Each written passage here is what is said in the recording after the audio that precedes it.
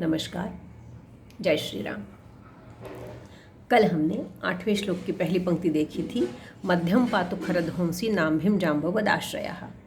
आज उसकी दूसरी पंक्ति है, सुग्रीवेशः कटी पातु सख्तिनी हनुमत प्रभुः। सुग्रीवेशः कटी पातु, रक्षा करो हमारे कटी प्रदेश की। कितना अच्छा है ना, राम जी रक्षा करें। आजकल तो उस कटी प्रदेश के लिए सब कुछ कर रहे हैं, योग नहीं कर रहे, योगा कर रहे हैं, पता नहीं और क्या क्या चल रहा है, बहुत कुछ, कि कैसे भी हो जाए ये पतली हो जाए। ऐसी रक्षा चाह रहे हैं क्या? चलो देखते हैं। पर पहले ये देखिए कि सुग्रीव के परमेश्वर हे राम हमारे कटी प्रदेश की रक्षा करें। अब पहली तो बात ये हो गई कि सुग्रीव का यहाँ क्या संबंध आया कटी प्रदेश से। तो दो बातें हैं। जब श्री राम ने सुग्रीव की मदद की, उसको उसका राज्य दिलाया, उसकी पत्नी मिली, तब उसने कहा था कि हे श्री राम, आपको जब और जैसा आपकी सेवा का मुझे अवसर मिलेगा, मैं ज़रूर आपकी सेवा करूँगा, आपकी सहायता करूँगा। पर राज्य मिलते ही जैसा कि होता है सब भूलना ही होता है, भूल गए थे।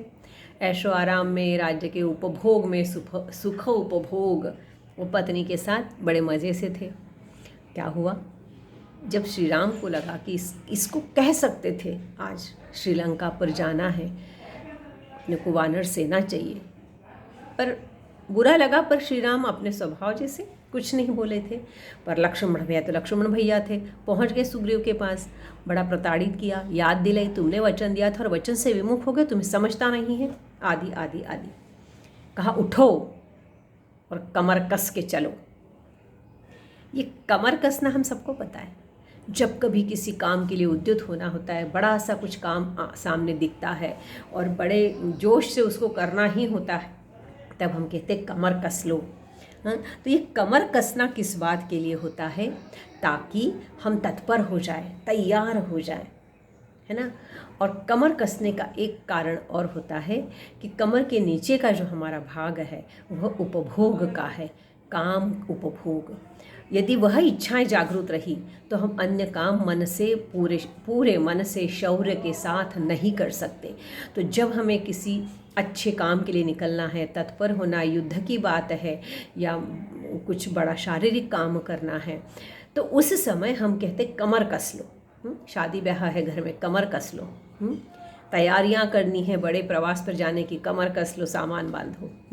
कमर कसने का अर्थ होता है कि उद्युत हो जाओ, तत्पर हो जाओ। अब तुम्हारे दिमाग में सुख भोग विलास नहीं होना चाहिए, वह आना नहीं चाहिए, वो प्रेरित नहीं होना चाहिए। कमर कस के और आगे बढ़ना है। तो कमर कसने का यहाँ यह भाव है। सुग्रीव को कहा गया कि चलो युद्ध के लिए अब तुम्हारी सेना के साथ, कमर कस के तैयार हो जाओ। यह एक भाव है, इसलिए सुग्रीवेशः कटी पातु। दूसरा भाव जो मैं भी लेती हूँ कि कमर कसने के साथ साथ हमारे कमर की रक्षा करो का मतलब यह होता है कि यह कमर झुकने न पाए। दो कारणों से। एक तो थके हारे बीमार, हमारी रीढ़ की हड्डी के लिए कभी सोचा ही नहीं, उसके लिए कभी प्रयास ही नहीं किए ना। जब करना थे तब आसन नहीं किए, जब करना थे तब हम सीधे बैठने के प्रयास नहीं किए और ध्यान नहीं दिया। गलत पोस्चर में बैठना, गलत ढंग से चीज़ों को उठाना, उठना, बैठना, और तब जाके एक उम्र के बाद वह रीढ़ की हड्डी बोलने लग गई और फिर हमारी कमर झुकती चली गई। तो यह नहीं हो, रीढ़ की हड्डी की रक्षा होती है। तो फिर हमारे कोई आजकल स्पॉन्डिलाइटिस और ये सब कुछ नहीं होता ना। तो भी श्री राम इस तरह से हमारे कमर की रक्षा करना, मतलब हमारी रीढ़ की हड्डी पहले सीधी रहे और कमर हमारी हमेशा बिल्कुल तैयार तत्पर रहे, झुके नहीं। एक तो हारी बीमारी से थके हार कर झुके नहीं, और दूसरी बात किसी के आगे झुके नहीं। हम हमेशा कैसे रहे? तो मस्तक हमारा ऊंचा रहे, हम तन कर खड़े हो सकते शत्रु के सामने, हम तन कर खड़े हो सके असत्य के सामने, हम तन कर खड़े हो सकते दुशासन के सामने, हम तन कर खड़े हो सके। तन कर खड़े होना मतलब क्या? उसका हम सामना कर सके, है ना। तो इसलिए जब ऐसे संकटों का, ऐसे दुशासनों का, ऐसे दुष्प्रभावों का हमें सामना करना है तो हमारी कमर झुके नहीं, हम बिल्कुल जिसे कहते हैं कि बड़ी तत्परता से और कमर कस के और उस चीज़ के लिए उद्युत हो जाए, सामना कर सके। इसलिए कमर का बहुत महत्व है। यह कमर यदि ठीक रही, झुकी नहीं, तो फिर कमर पतली भी रहेगी।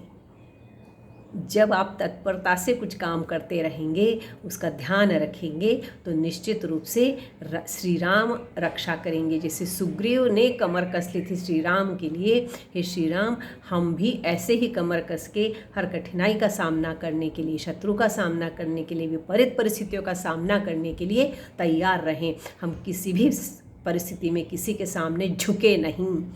यह मेरा भाव रहता है कि हे श्री राम, ऐसी मेरी कमर की आप रक्षा करें। तो यह भाव लेके जब आगे बढ़ते हैं तो उसी के आगे शब्द आता है सख्तिनी हनुमत प्रभु। अब इस सख्तिनी शब्द क्या है? सुग्रीवेश कटिप पातु, तो हमने देखा कि इस तरह से हम तत्परता से काम कर सकें, परंतु सुग्रीवेश कटिपातु सख्तिनी हनुमत प्रभु। हनुमत प्रभु तो हमको पता है भाई, हनुमान के तो प्रभु थे ही।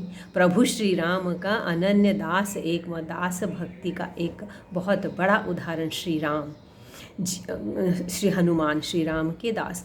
उनका जिस तरह से श्री राम के लिए पूरा जीवन देने का, पूरा काम करने का, जो काम काज है वह सब कुछ किसके लिए? श्री राम के लिए है। तो पूरा इस तरह से जो प्रभु के भक्त रहे हनुमत प्रभु, जिन्होंने अपना पूरा जिसे कहना चाहिए कार्य तत्परता से सिर्फ और सिर्फ श्री राम के लिए किया, ऐसे हनुमान के प्रभु श्री राम किस चीज़ की रक्षा करे? सख्तिनी।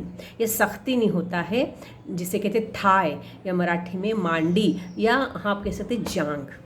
पहलवान जिस पर शड्डू ठोकते हैं ना, शक्ति बताते हैं कि कहाँ है शक्ति, तो हमारी शक्ति वहाँ है। तो वह जो जांघ है, जो थाय जिसको कहते हैं इंग्लिश में, या मराठी में मांडी जिसको बोलते हैं, उसकी रक्षा श्री राम करें। अब उसकी रक्षा करने की क्या आवश्यकता है?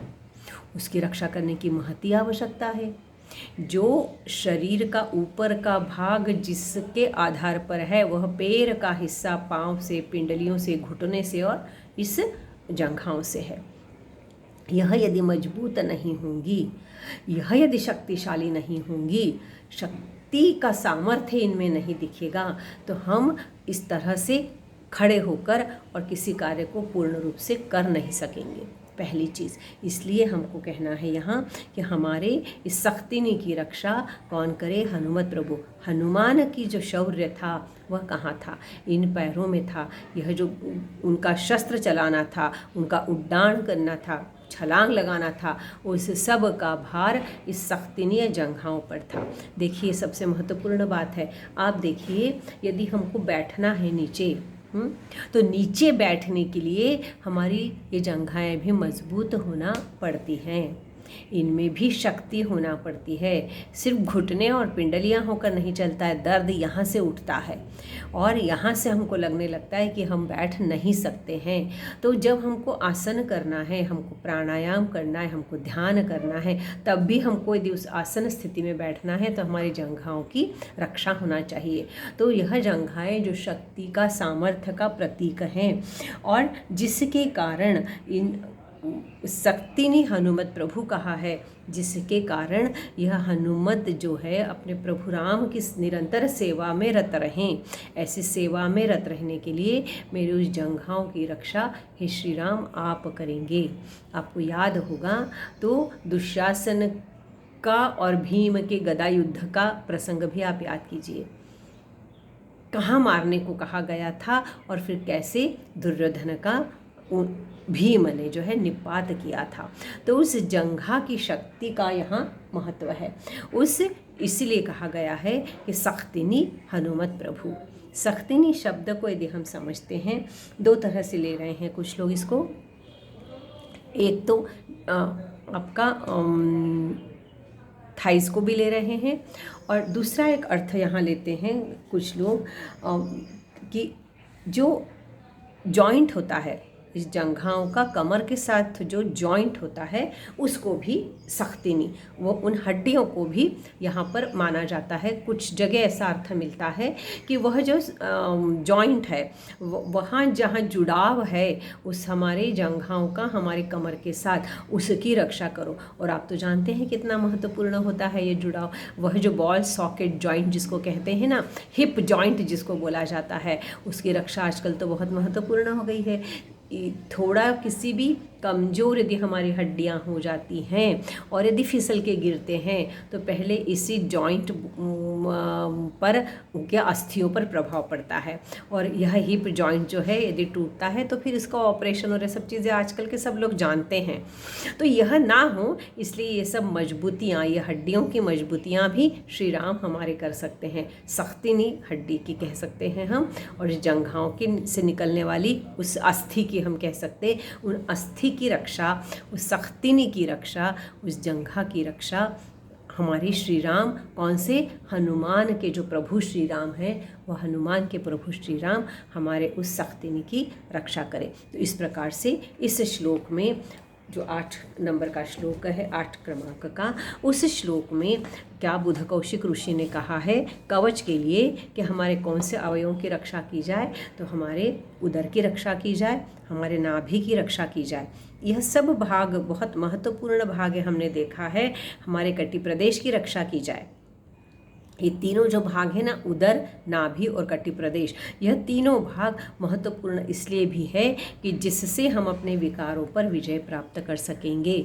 हमारे विकारों पर विजय प्राप्त करके हमारे मणिपुर चक्र का हम रक्षण करते हुए, ऊर्ध्वगामी हमारी शक्तियों को करते हुए, और हम अपने जो है कुंडलिनी वाला जो भाग है उसको छोड़ भी दें तो हमारे सब अन्य चक्रों तक हम पहुंचते हैं, सहस्रार तक भी हम पहुंचते हैं। तो यहाँ मणिपुर चक्र की बात बहुत महत्वपूर्ण रही थी नाभि में, और उदर की बात विकारों से हमको दूर करें, और विकार ना होंगे तो पेट के विकार, उदर के विकार ना होंगे तो मन के भी विकार ना होंगे। भावों के माध्यम से वह सब कुछ चीज़ें कैसे जुड़ी हैं हमने देखा। और फिर कटी की रक्षा करना है, हम किसी के आगे झुके नहीं, और सख्तिनी की रक्षा करना है जो हमारी शक्ति है, जो हमारी जिसे हम कह सकते हैं कि जिसके आधार पर हम आगे के कार्य करते हैं अपने। तो इस तरह से एक एक अवयव की रक्षा की बात हम कर रहे हैं श्री राम से, उनसे निवेदन कर रहे हैं। और यह निवेदन करते समय जब हम इस स्तोत्र का पाठ करते हैं सुचिरभूतता से, एक स्थान पर बैठकर शांति से पाठ करते हैं, तो उन अवयवों पर ध्यान केंद्रित करते हुए और रक्षा की बात करते हैं, तो उन अवयवों के विकारों को हम निश्चित रूप से पाते हैं कि वह दूर हो रहे, वह विकार जिसे कहना चाहिए समाप्त हो रहे, उन विकारों का नाश हो रहा है, और श्री राम हमारे उस हर अवयव की रक्षा कर रहे हैं।